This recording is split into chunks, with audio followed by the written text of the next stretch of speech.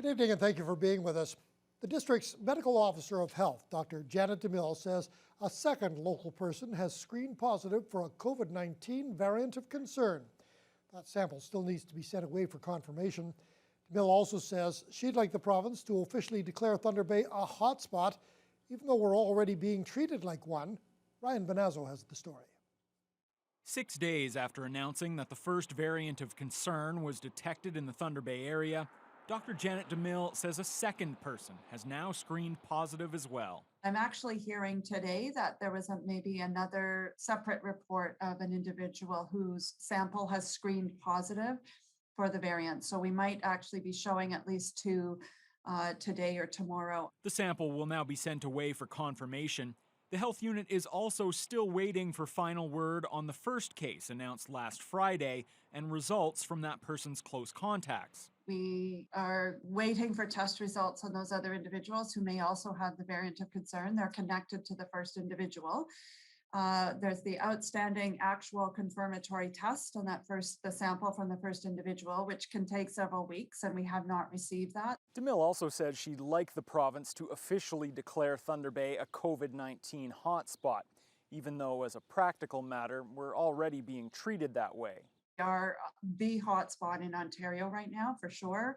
I think it would be nice to have that sort of more recognized or more acknowledged. Still, Thunder Bay started receiving additional vaccine doses late last week. On Friday, an additional 1,000 doses were added. It was a last-minute decision because of our situation.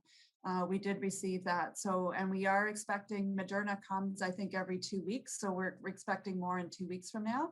And then, of course, we continue to get the Pfizer doses every week. And we expect an increased amount of Pfizer coming next week. Meanwhile, here are the latest daily case numbers. 40 new infections were announced on Thursday.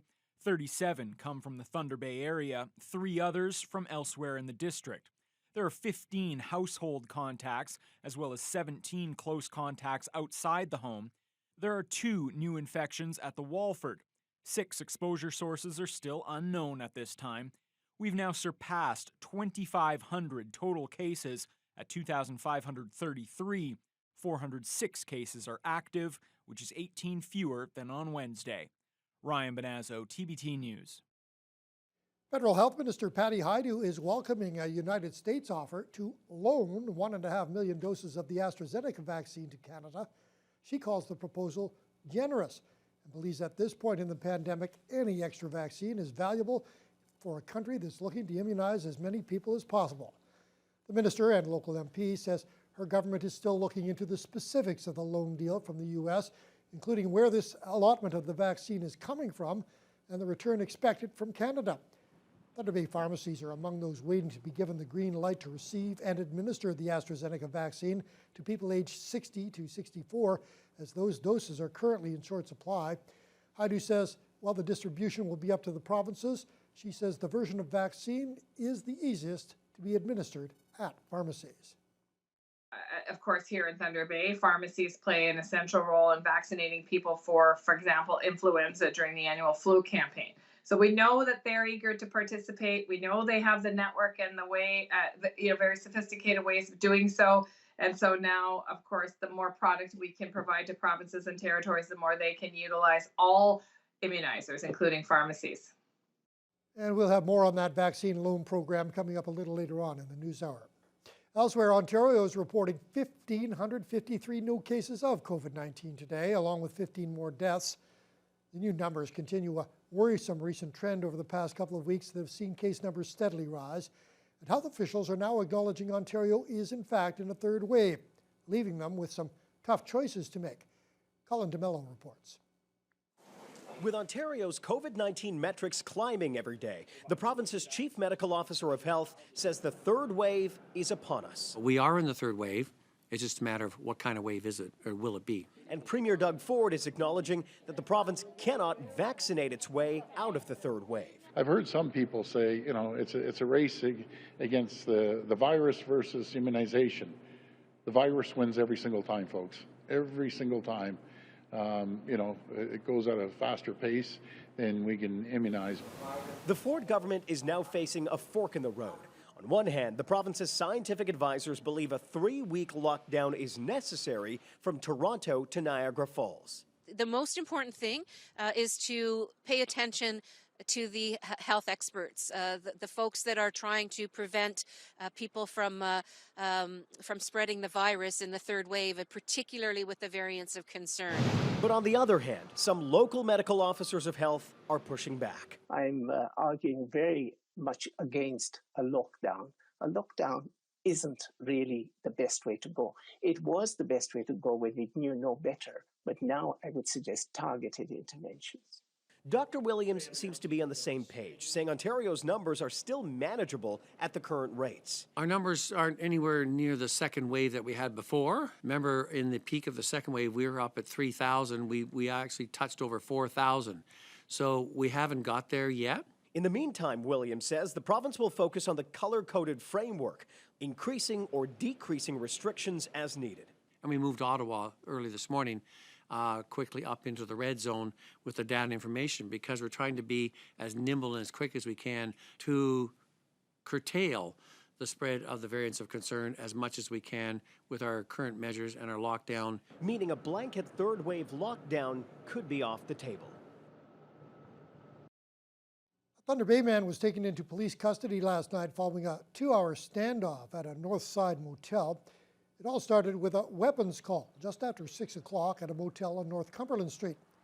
At least 10 police vehicles converged on the scene, and the public was warned to stay back. Officers were told a man had assaulted a woman inside a motel room. She was able to escape, and police were also led to believe the suspect may have a handgun. The standoff began when police say the man ignored initial instructions to exit the business. At around 8 p.m., police say the suspect did come out, waved an object towards police saying it was a knife, and then challenged officers to use their firearms. Police made an arrest after a brief struggle and the use of a taser. 35-year-old Tyson Stanley Spence is facing 6 charges, including assault, resisting arrest, and uttering death threats. He appeared in bail court today and has been remanded into custody until April the 8th. Spence recently served 2 years in jail for a vicious assault on a 63-year-old homeowner on John Street Road following an attempted break-in in 2015. And Thunder Bay police executed multiple warrants and arrested 9 suspects in connection with drug trafficking last night. The City Police Intelligence Unit and the OPP's Organized Crime Bureau identified several addresses linked to the activity. Police executed search warrants on Southern Avenue, Powley Street, and McMillan Street, all at around 11 p.m. The searches led to the seizure of suspected cocaine and fentanyl worth about $125,000, along with $50,000 in cash. 3 people from Thunder Bay and 5 from Southern Ontario appeared in bail court today. They've all been remanded into custody pending future court dates. The union representing Superior North EMS paramedics in Thunder Bay says its members have voted 99% in favor of potential strike action amid ongoing contract negotiations with the city. Those paramedics have been without a contract for the past year. In 18 days, union members under Unifor Local 3911 will be able to begin strike action if a deal isn't reached. Now, if that happens, Superior North EMS would have fewer vehicles on the road and would temporarily suspend their COVID-19 testing initiatives, vaccinations, and the community paramedicine program. Union Chair Rob Moquin says they're looking to reach an essential services agreement with the city during negotiations. Moquin also wants to see the respect that the employer says it has for staff brought to the table, pointing to the way that paramedics have stepped up for the community during the pandemic. We've been going into the outbreaks and testing seniors. We've been providing COVID-19 vaccination for seniors in these long-term care facilities while under outbreak. So we've brought our services to the community and enhanced them during this pandemic. And we hope to get a deal done, and we hope this respect that we're being told that the employer has for us shows up at the table, and we've yet to see that. Bargaining took place again today and will resume next week. Superior North EMS Chief Wayne Gates did not respond to requests for an interview. Thunder Bay will be able to access nearly $4 million of additional transit relief funding this year, which should be more than enough to cover the financial shortfall due to the pandemic. More than $800,000 has been allocated to the city to cover transit expenses incurred by the end of March as part of the second phase of the Safe Restart Agreement with Ottawa and the province. Thunder Bay can then access an additional $3.1 million during Phase 3, which will cover costs incurred for the remainder of the year. but it's unlikely we'll need to claim that much. The city only spent about $1.9 million last year of the $3.1 million that was announced last summer during the first phase of the program. The remainder was then able to be rolled over into this year. For transit, this really does help make us whole. It really does offset the revenue piece significantly, which is kind of the most obvious impact of COVID. Transit revenue has been down significantly, particularly early on in the pandemic when the city offered the service for free. City Council will be asked to approve the transfer payment agreement on Monday. The Thunder Bay Airport is no longer an official international airport, according to Transport Canada. The federal agency amended its list of airports with that designation in late January. Airport CEO Ed Schmidtke says it's a non-issue because the change does not impact them financially or operationally. And he says Canada Customs services remain intact at the local terminal. Thunder Bay has not had direct flights to the United States since 2014 when United Airlines canceled their routes to and from Chicago. Since then, the only international flights are to places like Cancun and Punta Cana. The Transport Canada website shows the international airport designation now applies to just 13 airports across Canada. Schmidtke says he had no idea the change had occurred, but he wasn't surprised nor he's concerned about the lack of notification. This was news to me, but I think the important point of the story is it really doesn't change anything at Thunder Bay Airport. So at the airport, we'll still have customs service. We've always had good, strong service from Customs Canada. That won't change from call it a passenger consumer perspective. Everything remains the same. The airport continues to refer to itself as the Thunder Bay International Airport on Facebook and other places. Schmidtke says there's no reason to change that except on certain federal documents. Well, with the snow quickly disappearing around Thunder Bay this week, litter from the winter months is starting to stick out a whole lot more. And it seems that disposable masks are a big part of the problem this year.